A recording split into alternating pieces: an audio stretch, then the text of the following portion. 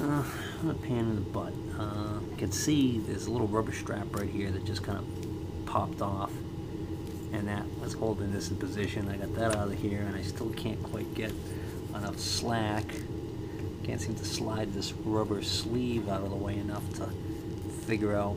I can almost see the quick disconnects in there. And it's just a pain in the ass thing that means, well, it's probably something that's a piece of cake to do with the tank and the seat off, so I guess that's what I'm going to do, pull the tank and the seat off.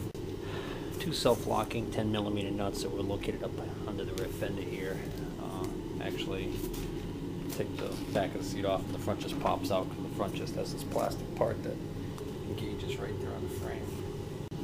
This is kind of a cool setup they've got here for the tank.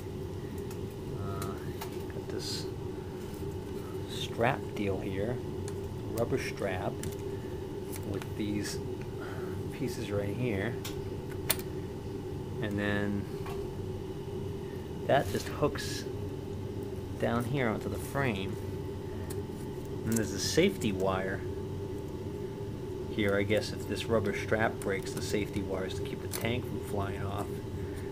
But if I just stretch this a little bit, that pops right up like that. I can take this off so I don't lose it. Got two 10mm bolts, one on each side of the frame up in the front. This is where the fuel tank gets bolted on in the front. Once you get those two 10mm bolts that thread into the frame here out and disconnect the gas line, you can lift off the whole tank assembly. That gives you really easy access to the wiring harness that I was trying to get at, which is, here's the rubber piece that I had unsnapped. So I'll just take that out of the way. That, of course, installs right here and basically keeps these cables and wiring up off of the top of the valve cover. Now with the cable free, I can see that the reason why I couldn't pull this down is because this has got a small opening on this side, so it's got to slide this way. So I slid that up, slid that sleeve up. That exposes my two quick disconnects. Now with that disconnected and released from these two clamps, which I'm going to pry that one open a little bit more to get the cable out. But once I do that, then this cable will be one less thing holding the motor captive to the frame.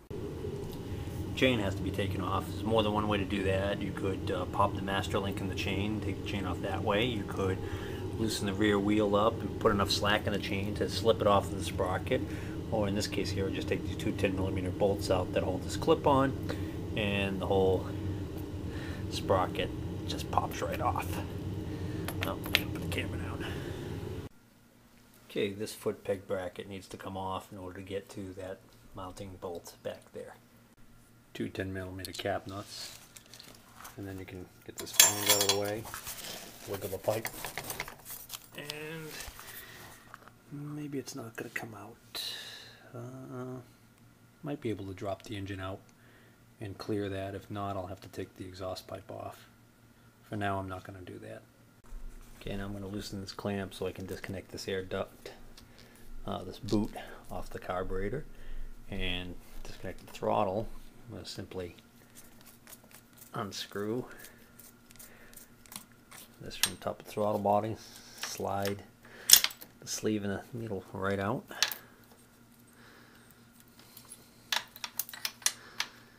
And like I said, I got to loosen that. And this is the fuel line, it's already disconnected. So that'll free up the carburetor. Alright, now I'm going to remove this motor mount bolt right here. See if it goes all the way through. And this one right here. And then I'm going to remove this one, and this one to take this whole bracket off. Hold the phone, stop everything. Here's something interesting. I kept laying the bike down on this plastic and keep the oil off the floor. And when I just lifted up just now, I saw something that must have fell out. Look at this. Look at that. Got some kind of a retaining pin with a spring on it. fell out of somewhere. Very interesting. There's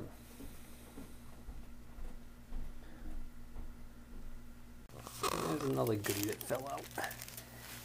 Right here. It's a ball bearing with this pin. Luckily for me, pretty obvious where that goes.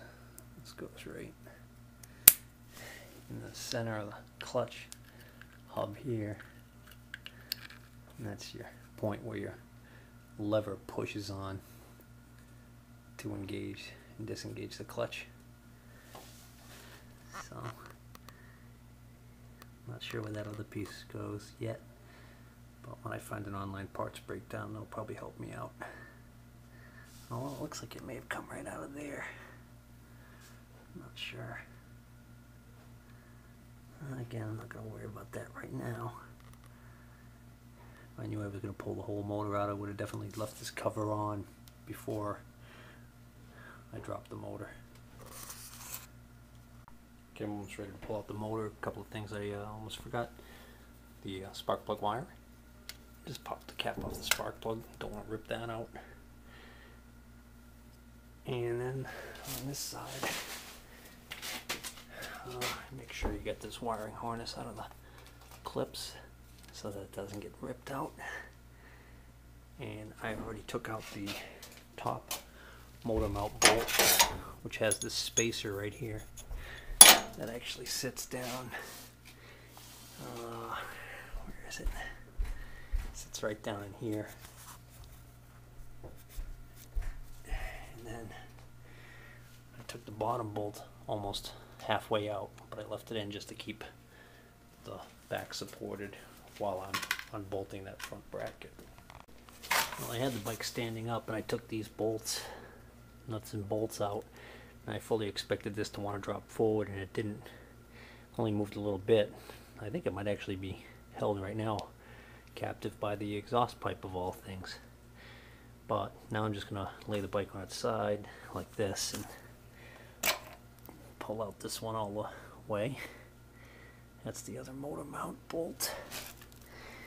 And this one had a nut and washer on it, which is over here, so I'm going to put that back on for safekeeping.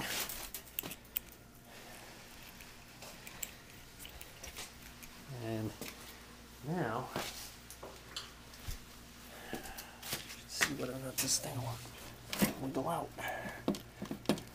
Boy, that's starting to come out, but I'm wondering whether or not that exhaust pipe is going to be the problem here, I think.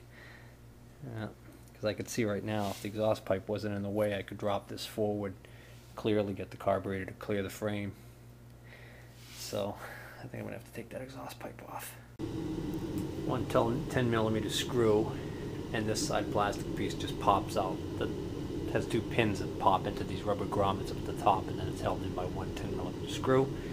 That exposes the exhaust pipe mounting bolt, which is right here, which in this case, this is a aftermarket FMF Power Core 4 exhaust system that they put on this bike, which is nice. And then a Allen head bolt right here is the other mount. Of course, if you're going to stock exhaust on yours, it might be a little bit different. Yeah, the muffler exhaust pipe was definitely what was holding this thing in there, holding me up, because as soon as I got that off, it practically wanted to jump out of there and fell against the front of the frame here. So if I didn't have the cylinder head assembly and everything on the top here, this probably would have just dropped right out. But luckily I did, so now I'm going to be able to drop this motor right on out of the frame. I did miss one item, the breather tube. It's still hanging on there. It kind of goes over the frame mount, engine mounts there, and part of the frame, and it gets hooked into a clip right there. So it's real easy to unhook that. And last bit of note, you can get it out this way. I wiggled it out and was able to do it, but I could have saved myself a little bit of grief and gotten it out a lot easier if I had taken the time to remove the carburetor off the motor before I did this. So if I were going to do this again, I would take the carburetor off before dropping the motor out.